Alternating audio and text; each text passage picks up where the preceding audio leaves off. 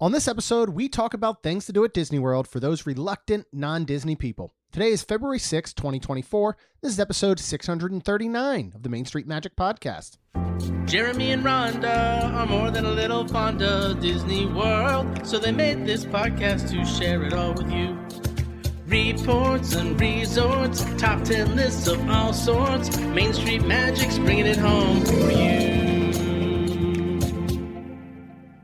Hello and welcome to another episode of Main Street Magic. I am your host, Jeremy Stein, and I am joined by my lovely wife, Rhonda. Hey, guys. Make sure you check us out on the web at mainstmagic.com, as well as follow on Facebook, Twitter, and Instagram at mainstmagic. You can also now find us on TikTok at MSM Podcast. If you've not done so already, head out to Facebook and search for the Main Street Magic community and ask to join. If you go ahead and hit that subscribe button, you get brand new episodes every Tuesday and Friday.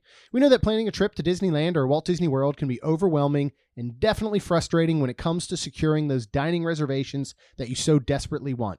But don't worry, because Mouse Dining removes the frustration of booking Disney dining reservations, alerting you when they spot availability for your desired restaurant, date, meal, and time.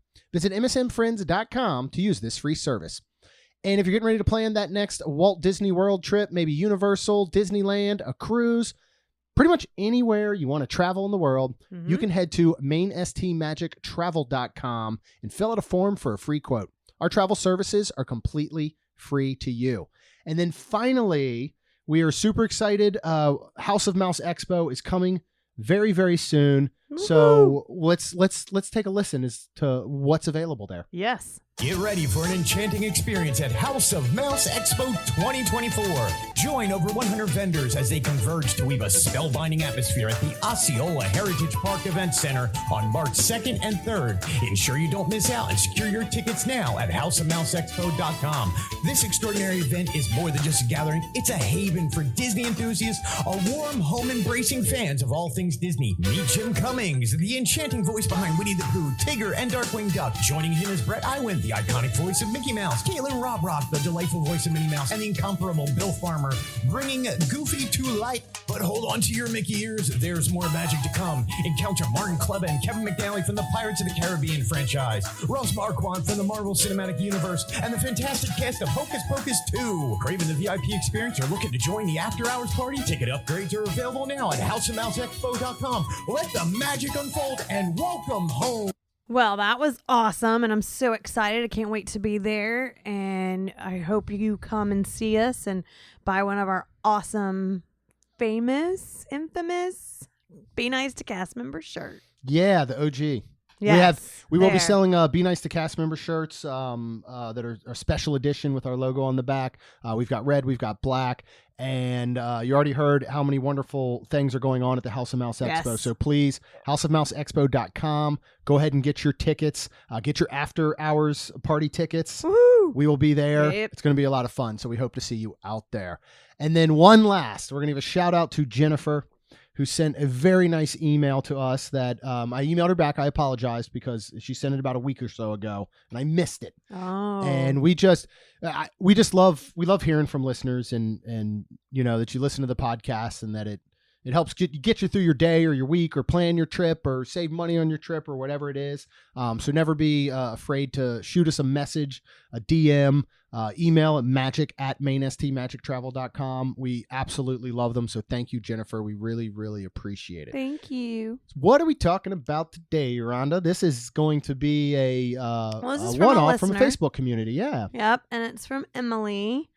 And she basically mentioned that they're going to Disney, which she's super excited, but her boyfriend is not so excited. So she was like, have you done anything about a podcast on, like, for those people who really don't enjoy Disney, and like there are tips and tricks on that? Yeah. And so we are today. Yeah. And you know, I honestly didn't look back at the whole schedule. I don't think we've ever done an episode about this. And if we did, it was quite some time ago. Yeah, I'm trying to think if we did too, because I don't know. I don't believe so, but yeah. but it was good timing for this. And I think I can't remember when she said her trip is coming up, but they're going to have, I think 10 days there, 6 park days. I feel like I want to say November, but I think it wrong. I think it is November. I think you're Okay. correct. And so I thought, you know, This is actually a question that we see a lot in the different Facebook groups and social media is, I'm taking so-and-so or I'm going with so-and-so and they're not a Disney fan. What do we do? How do I get them to like Disney? Things like that. And we've got a list of things we'll go through. I think the first thing is don't force it on them. Yeah. That's true. And it's so fun. We just had a couple friends over earlier. We're planning one of our good friends' 40th birthday, and we were looking at some different verbos. Yep, as the cool kids say it, down in the Orlando area, and not specifically to go to Disney or Universal, but just it'd be a cool spot. We're looking at renting a big house and stuff. And one of our friends we were looking at some of the rooms, and they were like Disney themed at some of these, and she's like, "I know I'm in the wrong house to say this. I'm just not a big Disney fan, but that's like a really cute room." So now I'm all of a sudden thinking, all right, what if we took her to Disney? What are the things that we would do? What are the things that other people can do? And again, I think the first thing is don't force it. I don't think there's a need to sit there and, if you just say you were not a Disney fan and we were dating and I love Disney and I'm taking you, I don't think there's a need for me to sit there first and say, you're going to love it. Right. It's going to be so much fun because of all these Disney things. Right. And you know what? Every week leading up to the trip, we're going to watch a Disney movie. And we're going to, I don't think that's the way to go about it. I think that can sometimes be off-putting to people, right? No, I agree. 100%. So I think what you want to do is, and this is one of those where it's all dependent on the person you're taking. Mm-hmm. If you are taking someone, and this question actually came up in one of our group texts with Wonderland Crew the other day, from Gary, who is pivotal in Main Street 16 challenge weekend. Yeah. Which a lot more info is coming this week, I promise. He was actually said, I'm going, I think it's a work thing and he's like, I've got people with me and they're not really into this, and this. Well, that's very different based on the person you're taking. You might have one person, and his example was that they don't really like thrill rides and they get motion sick. Right. Okay. Well, now we have to completely refocus on what they should look at doing. Mm-hmm. If you have somebody that goes, I'm taking somebody and they don't really care about Disney. They don't like Disney. They don't get it, but they love going to Six Flags and riding roller coasters or Cedar Point or something. Go, okay. All right. That would, I would say, be your first goal is to figure out who this person is, who it is. But I mean, it's her boyfriend. So obviously, she knows, but figure out what he does have in common as far as in like the thrill rides, or does he like to eat and drink? Does he does he like to drink alcohol? So we'll start walking through a whole bunch of things that we have, and this is a bullet list, and then we're just going to pretty much go off the cuff here. This isn't really, again, scripted, ton of notes or anything. So let's start with that. Dependent on the person you're taking, let's start with the thrill rides. Mm-hmm. Okay. Now my parents have been to Disney plenty of times, so we've gone with them, and there's things that they enjoy and they love. They're not thrill ride people, so therefore we wouldn't focus on that. Right. But you take somebody that does like those types of thrill rides and you start to mark off and go, all right, well, I know it's currently down for maintenance and sort of a refurbishment, but you got your rock and roller coasters. Mm-hmm. You've got your Expedition Everest, right? Let's just take those two right there. Technically have nothing to do with Disney. Right. So for somebody who's not a Disney fan, those are two great thrill rides to start them on, right? Yep. When you start to get into other things, Cosmic Rewind, Marvel, we can get into Tower of Terror, not Disney technically. Right. So you can focus on those types of things if those are the types of things that they like. Now, what about unique attractions? Because whether you're a Disney fan or not, I think you could take somebody on something like Rise of the Resistance,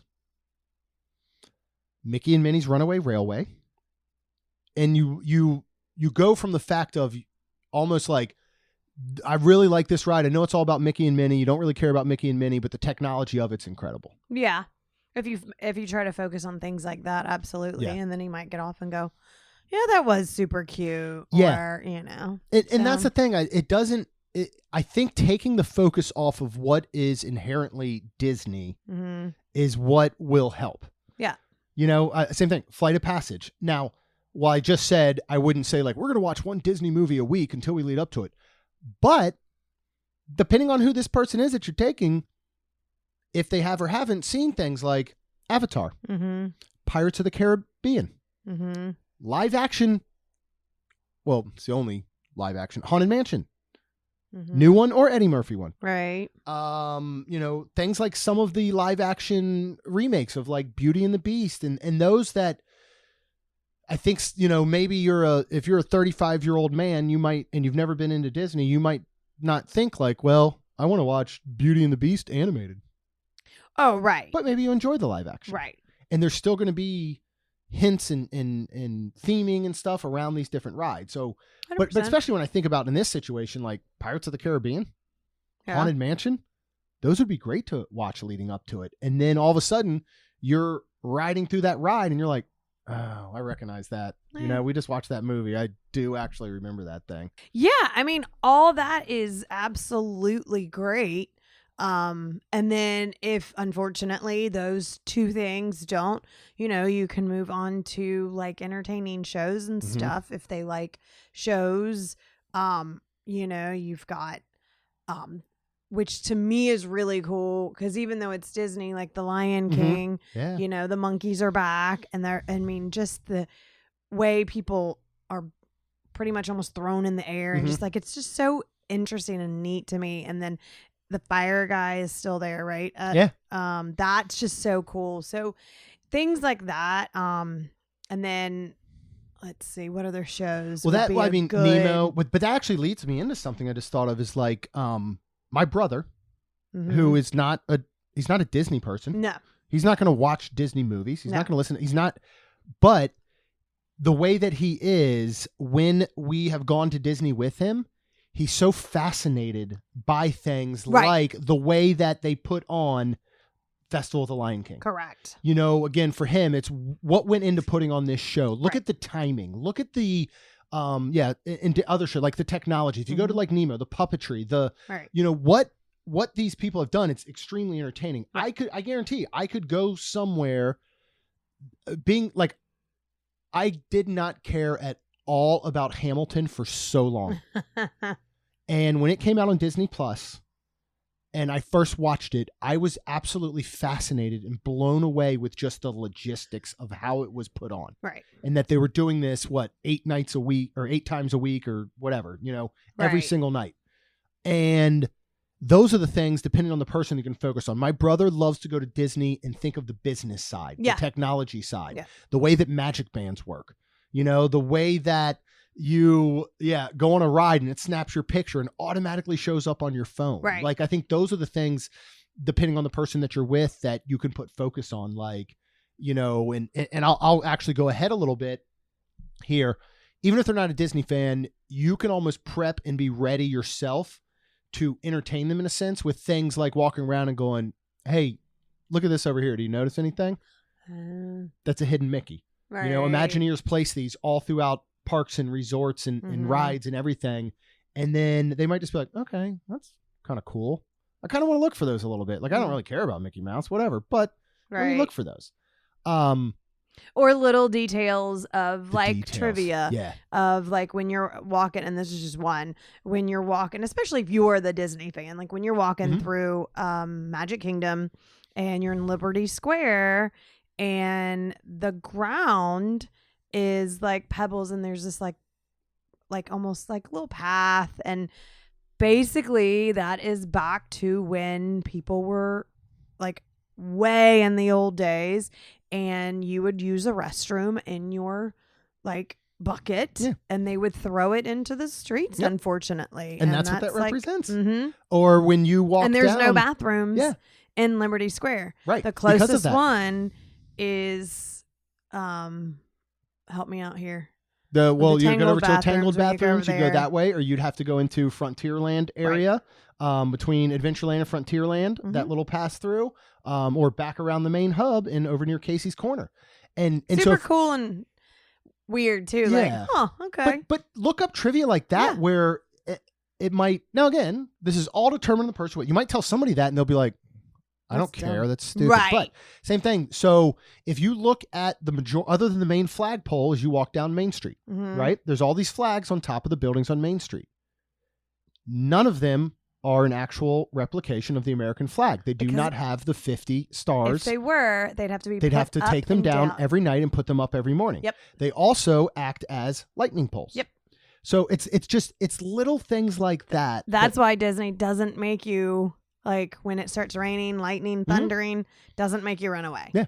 Yeah. Because they have all these things. So when you start to pick up on little things like that and you tell that person, and then they might be like, oh, okay, well, that's pretty cool. Like, yeah, I didn't know that.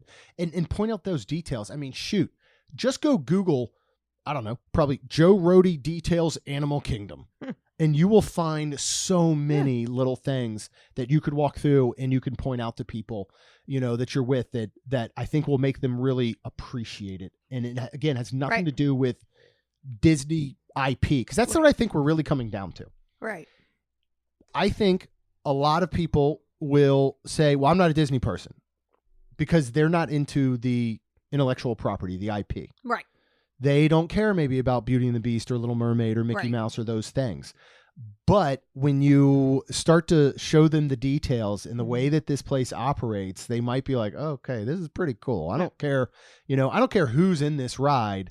The logistics of it are pretty amazing. Right. If you enjoy food and you enjoy drink, whether it's alcoholic or non-alcoholic, Disney has you covered. That's true. I've never been a foodie. Jeremy always has been. And I've always, you know where that comes from, which is so weird, where my foodiness comes from? Because you weren't raised foodie? Because I was raised on cans and boxes and frozen.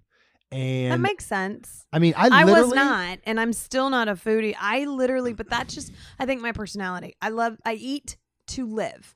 Like, when I'm at work, I literally eat. Yes, but you enjoy food when we enjoy food. I do, because I think you have taught me that, and when I say that is because you taught me in a different way. Because I did grow up when my mom made everything. Oh yeah, like scratch made from everything. Scratch and Very stuff. Southern cooking, and so when I go out and have really good food, I'm like, oh, my mom can make this. Until, like, you have done things and shown me things that I'm like, oh, okay, this is actually really good, or this isn't as good, or whatever. So, I never had Chinese Disney. food or chicken wings until I left my home and went to college. That's crazy. Yeah. And our Mexican cuisine was Price Club, which became Costco, I believe, actually. Huh, it was called Price Club. And they used to sell a frozen fajita bag. So it had an individual bag of onions and peppers, an individual bag of chicken, frozen tortillas that you would reheat. Oh, my goodness. And that was our staple. Like, I could tell you growing up, Friday night was pizza night. We would go get Little Caesars pizza, pick up. Usually one night a week was super sad. Oscar Mayer hot dogs. If we were lucky, and it was a special fancy occasion, they were filled with the cheese. Remember when they used to pump the cheese inside the hot dog? Ew. We would usually do the fajitas one night. Every Wednesday morning was Pillsbury out of the can cinnamon rolls. Sunday was grilled flank steak, and every other Sunday also included shrimp with the steak. Like surf and turf. Yeah, surf and turf. And that was everything. My introduction to Mexican food was going with my buddy David King. Mm-hmm. Not that David King, the one from Theme Park Shovel, but I actually grew up, one of my best friends was named David King, funny enough. And we would go to Chi-Chi's. Do they have Chi-Chi's down here? Mexican restaurant? They used to. Because I think they still sell some products, like some salsas and stuff up at Publix. But I don't know that the restaurant exists anymore. I don't think. And they had lunch buffets at Lake Forest Mall, which is now defunct. And David and I would go, and we would get lunch at Chi-Chi's. And it was this amazing, giant Mexican buffet.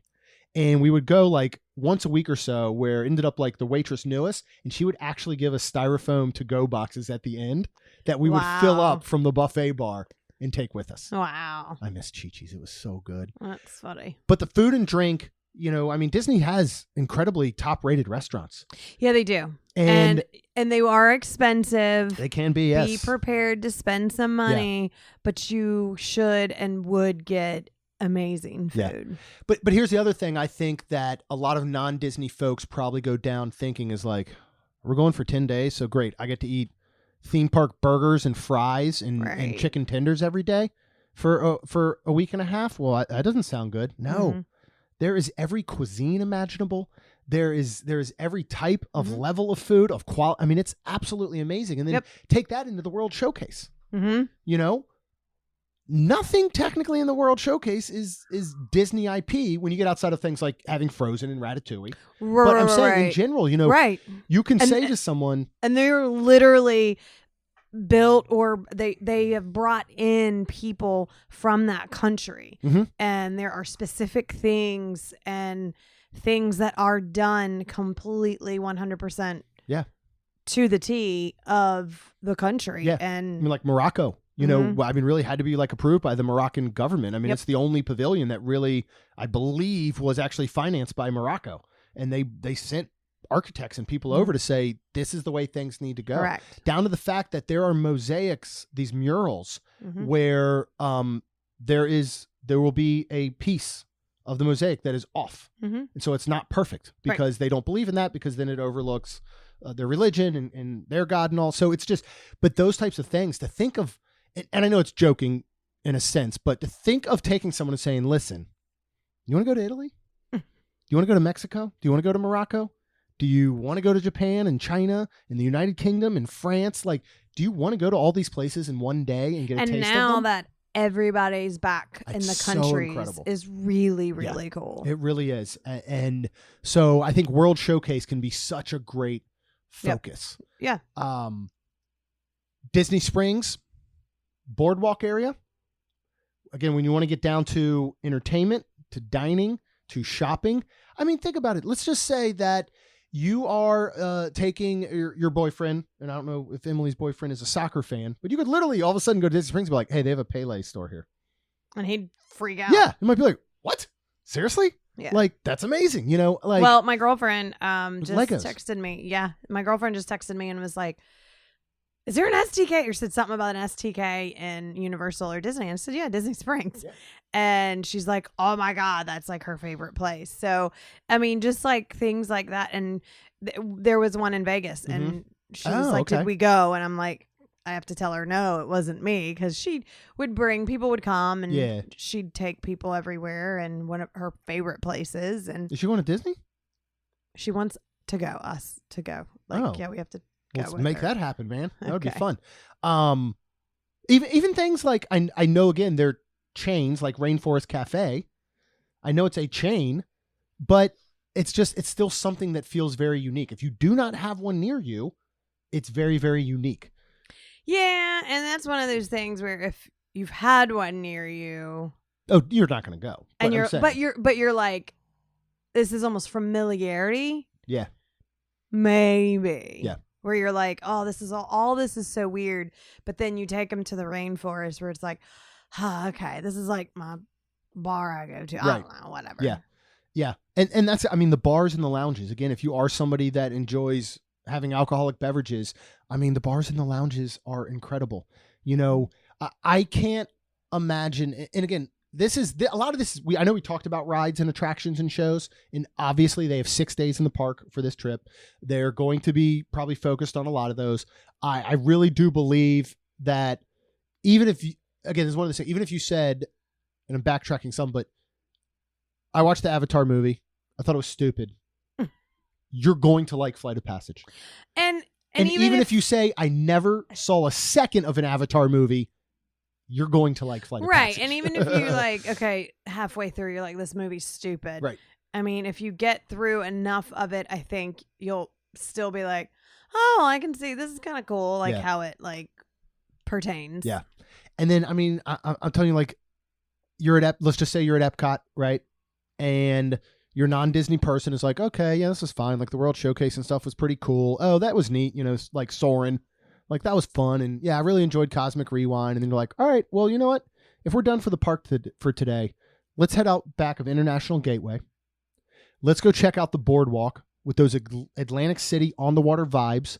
There's going to be either like live music, a live magician. There's going to be some sort of live entertainment out there. Depending on the time. Yes, depending on the time. But you're looking at evening hours too. The boardwalk is beautiful at night. It is absolutely stunning. You're going to maybe Abracadabra. That'd right? be fun. Like you're bouncing around. There's so many things. And I think a lot of non-Disney folks probably focus on just saying, first of all, here's one thing. I would bet that most non-Disney folks that are going, all they have in their mind is Magic Kingdom, Family of Four. You know what I mean? Because that is where a lot of the marketing does go. Yeah. You know, they're thinking, Magic Kingdom. Okay, there's a castle. Like, what do I care about looking at some princess's castle? They don't even understand what exists beyond that castle. Yep. And that, or beyond Big Thunder Mountain Railroad, maybe one day. We'll see. Okay. Let's talk about the resorts. Not only your resort, but the ability to resort hop. We have a monorail. We have a Skyliner. We have boat transportation. What are things that, again, outside of the parks, do you think that are so amazing about Disney as it pertains to the resorts? Yeah, I mean, especially depending on where you're staying, is a major, huge piece of it. Because if you are staying on like the Pop Century on the Skyliner, you know, it's a short skyline ride over to Riviera, and you know, you can sit at the pool bar there, and that's super cool. You can go to Topolino's one night, you know, and that's just fantastic. You know, if you're like, we're in Magic, and you're like, all right, I'm kind of ready for a break, go get on the monorail and go to Grand Flow and go, you know, and even if you don't really watch Beauty and the Beast, you know, go to Enchanted Rose and get a nice drink and feel fancy for a little bit, or, you know, and then have a drink there and then move on to the Poly and feel like you're almost in Hawaii and just, you know, and kind of do something like that and have a few drinks and then go, all right, I'm kind of ready to go back to Magic and do whatever you want, honey, you know? So, yeah. And then you have all these resort activities, you know, that whether you're at a value, moderate, or deluxe, you're going to have poolside resort activities all day, evenings. You have things like you could book Sangria University over at Three Bridges, Villa del Lago, Coronado Springs, all those names. You know, there are a lot of these resorts offer like painting courses, or some of them offer ones where you can actually make like a mosaic tile. Like, yeah, it's super cool. There's just, it's Mickey tie-dyes. Like, there's so much that's usually to do. Across every property. Yes, like it value, is. moderate, deluxe. Some of your more like mosaic tiles and things like that, you'll have to look up. They are more at deluxes. Some moderates offer them. Some moderates do, but and they're money. Yeah, it costs money. Yeah. So a lot of these resorts have fishing excursions. They do. You know, if you're somebody that likes fishing, you can go to all these different resorts and get fishing. Even go to what is it, Old Man's Pond or Old Man's Island over at Riverside has fishing right there on the island. It has this amazing pool, and you don't have to be staying there. You know, you can look at going and visiting by boat or bus or whatever it may be, a Fort Wilderness or a Riverside or a boardwalk, and doing, I don't know why, but you should, Surrey bikes. It will be the most fun you have ever had whilst also in pain. Yeah. Because they're miserable, but you will laugh more than you've ever laughed in your life. So horseback riding over at Fort Wilderness, archery. These are things that you can actually visit and still partake in. Yep. There's so much stuff to do there. Spas. Now, that's not going to get me there. Yeah, but you can get a couple's massage. Yeah. But let's just say, again, I'm the big Disney fan, and just say you're not. And I say, you know what, Rhonda, we're going to be there for 10 days. We're doing 6 days in the parks. One of the off days, I'm going to book you a spa treatment at Grand Flow. I'd be like, sign me up. Yeah. So there's so many things to do. Movies under the stars every night. You know, and they're going to be Disney movies. They are. There's just something about it where you're sitting poolside in a chair watching this giant 120-inch inflatable screen, you know, and maybe you're even just picking up a freaking pizza from the food court and sitting out there and watching it. And that just would not be good food if you're a person that really You likes know what I the miss? good Remember when food. Pop Century was doing those artisan pizzas? Those were good. I miss those. I Okay. think we got one the night that we watched Tangled. Yeah, we watched Tangled. That was November 3rd of 2018. Mm-hmm. You remember Lacey got to go up and snap the little Oh, it was so cool. clapper thing before The movie started. projector. No, the clapper. I mean, the boom It's called a movie. clapper. Is it? I think it's called a clapper. Oh. The one that they like snap and then they know Oh. like that's the start of a take. And the cast member Take brought her up there. 550. Yeah. It was awesome. Yeah, it was. Does your person like golf? Oh yeah. They have four not golf only courses. Real golf. They have miniature Foot golf. Oh yeah, they do. I think it's Magnolia that offers foot golf. And then they have miniature golf. 2 miniature So- golf courses. 3 types of golf. Yep. You can do that. You can go to the water parks. Mm-hmm. You know, You can go to now one. November, whichever one's open at the time. November, depending on where you're from, you may or may not want to go. I'm excited for water park season. Are you? I'm so excited to get back. I Yeah. would like to potentially do again. We don't have to get the shack. We could look at it, but I would love to kick off summer again like we did last year at a water park and take the girls, Yeah, that was and fun. then they can each invite a friend. I already know who those 2 friends would be. Because APs, I assume, are still getting that deal, $49 yeah, for a that's guest nice. Yep. is pretty awesome. So you can do things like that. There are guided tours. Mhm. And Yeah. there's everything from like Keys to the Kingdom, which is very Disney. But it's super interesting the way it comes out, though. And I don't know if you really need to love Disney as much as you can love the behind the scenes of like, Agreed. holy crap, this is the way this works. Agreed. And wow, that's what they did Yeah. and how they got the land. And I think it puts more of a perspective on it as, well, all right. Yeah. I think Keys to the Kingdom, again, while you don't want to force it, I do think is a tour that can make your non-Disney person go, "Oh, Disney's pretty cool." But let's just say your non-Disney person loves gardening, you know? Take them on behind the scenes. Yeah. Let's just say your non-Disney person loves animals. Wild Africa Trek. Yeah. You know, again, Kilimanjaro Safari just in Animal Kingdom. Like, there's so many different things, I think. And again, I'm trying to come from that non-Disney mind where I do think their focus is kids, Mhm. right? Castles, princesses, burgers, fries, chicken tenders. Why would that be fun to me? Okay. And there's so much more.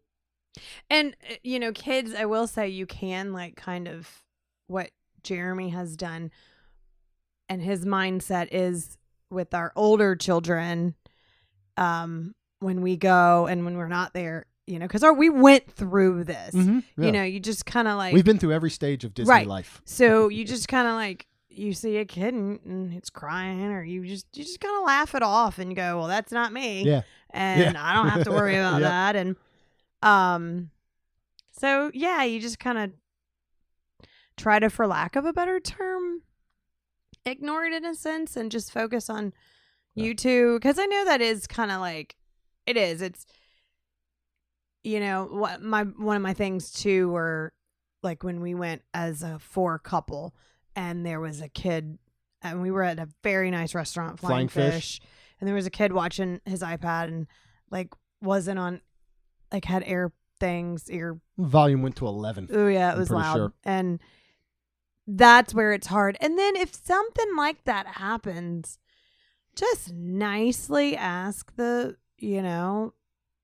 cast member, your waitress, like I'm sorry, we don't have kids, do you mind sitting me somewhere else? Yeah. They probably will not. So if that's a big thing, because I get it, like because my kids are old now, I don't want to sit near that. Right. But then there's True. times where I see the little kid and I'm like, oh my God, Yeah. she's so cute. And I remember when my kids were like that. Yeah. Um, Especially the so- character dining. Oh, the character Oh, yeah. dining just gets me. Yeah, It 100%. does. But it's, it's same thing as when we first started going to Universal. I like a lot of the Universal IPs, but I wasn't a Universal person. Yeah. And you still go there and you find things. I think a lot of it's both at Disney's fault and not, is the marketing around it. where, as I said, I think a lot of people that don't know the parks well enough have a very different idea of what Walt Disney World is compared to what it actually is. Yeah, and I love I mean that's something else that my brother loved is my brother loves food. Like, I mean, he when he travels, because he travels all the time for work, he tries to seek out places that are maybe unique to that area, or that kind of like, if he's going to Charlotte, he's almost looking up like, what's the best kind of like Southern style place in the Charlotte area? Or if he's going out to Texas, he might be like, you know what, let me see what like the barbecue place is, or, California. Like, and so that's something that he really appreciated, is when we've been able to go there and he's like, wow, like I did not expect to go and sit down at a place like the Yachtsman in Walt Disney World. So I think, again, that's just a big thing, is letting them know how much there is to do that's beyond what you imagine or see in the movies and TV and commercials and things like that. Yeah. So I want to go to Disney. Okay. We're going Friday. Yeah. We're going to go for a day trip Friday. Yeah. Get some beignets. We're going to do beignets at Magic Kingdom. And then we're going to do our first ever sit down lunch of actual food outside of dessert at Beaches and Cream. Woohoo. Crazy that we've never done that, right? I'm excited. That's nuts. Hope the food's good. I hope so. I have an idea of what we should get, but well, Emily, I really hope this helped. I do too. Yeah. And thank you for the idea. Yeah, absolutely. And I hope y'all have a wonderful, wonderful trip. Yeah. And let us know. Yeah, and if you are out there and you're planning that Disney vacation and you've got a non-Disney friend, I hope this helps you. And, or if you've gone with a non-Disney friend and you have a couple of tricks or tips. Yeah, let us know what yours were. Yeah. And book that Disney trip, mainstmagictravel.com. You can go out there and get a free quote. Chuck or Amy, and possibly someone very soon, will be able to get back to you. They'll give you a quote. They'll give you some options. They're obviously available to help you, help answer any questions you have. We're always available. Main ST Magic on all the social channels, MSM Podcast on TikTok, magic@mainstmagic.com. We love episode ideas. And we will gladly throw one of these in there. If you have an idea for an episode or you have questions, because we really appreciate it, go ahead and hit that subscribe button. You get brand new episodes every Tuesday and Friday. Check out houseofmouseexpo.com. Please come out and see us. And Rhonda and I and Emily, I bet, would be super thankful if you would leave us a rating and review, because it helps our show grow. That's all we've got. We'll see you real soon. Jeremy and Rhonda are more than a little fond of Disney World, so they made this podcast to share it all with you. Reports and resorts, top 10 lists of all sorts, Main Street Magic's bringing it home for you.